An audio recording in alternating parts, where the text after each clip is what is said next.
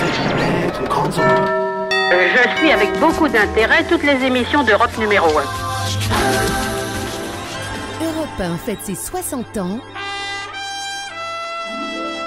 et vous fait revivre ses meilleures archives. Ici, Europe numéro 1. C'était le 6 février 1998. Le préfet de Corse, Claude Érignac, est assassiné à Ajaccio. Nous avons des éléments nouveaux qui nous permettent d'avancer, a affirmé le ministre de l'Intérieur. Nous pouvons dire actuellement que 3 hommes ont été interpellés par les policiers et qu'ils sont entendus en ce moment même au commissariat sans qu'il soit possible pour le moment de mesurer leur réel degré d'implication dans l'assassinat du préfet. Depuis hier, d'autre part, les enquêteurs reçoivent les témoignages des habitants de cette petite rue du colonel Dornano et des spectateurs qui se rendaient à ce concert du théâtre Callisté. Certains ont vu les 2 tueurs, les ont vus de très près lorsqu'ils portaient leurs jeans, leurs blousons, 2 hommes jeunes, très jeunes même apparemment, visage découvert mais grimés. Il y a là peut-être la matière à des portraits robots extrêmement précis.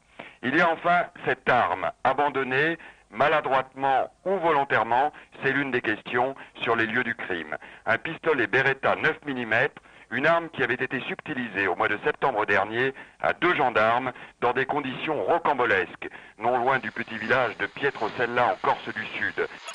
Je suis convaincu que les véritables commanditaires doivent être démasqués et que c'est là la tâche principale des forces de sécurité.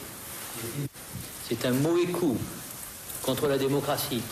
C'est un mauvais coup contre la Corse. C'est un mauvais coup contre la France et contre la République. C'est l'occasion de mettre un terme à cette dérive dont les arrière-plans semi-mafieux ne sont que trop apparents. Moi, je suis corse, c'est pas possible, moi je comprends rien. Non, parce que quand même, bon, c'est un préfet, un homme de bien, qui n'a fait que du bien. On en a marre. Il faut que ça cesse, monsieur. On veut vivre en paix, c'est tout ce qu'on demande. C'est lamentable ce qui se passe. C'est lamentable. C'est comme si on tue le président de la République, c'est pareil. Tout le monde pleure, hein, monsieur, je pense. Je suis atterrée, monsieur. Je suis vidée. Je considérais que c'était un homme exceptionnel. Et le voir partir comme ça, lâchement assassiné, par qui, pourquoi? Oui, pardon, madame, pour ceux qui ont commis l'impardonnable et qui ont fait réjaillir sur un peuple fatigué et écœuré la honte. Pardon pour tous nos hommes politiques locaux qui ne pensent qu'à se chamailler pour avoir toujours et encore une meilleure place. Notre terre est devenue terre de magouilles et d'assassinats. Au nom de nos ancêtres tombés en nombre pour la France et de nos enfants qui voient leur avenir s'aborder, que Dieu pardonne. Pas tous, car moi, je n'en peux plus. C'est la France unanime. C'est la France debout. Par-delà les différences, par-delà les clivages politiques que nous représentons ici. La France est une. Elle est indivisible. Certes, elle est faite de régions, de provinces, différentes les unes des autres.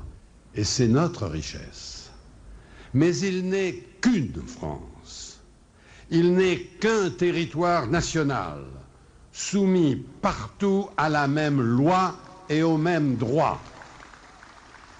La France est fière de la Corse, et les Corses sont fiers d'être français.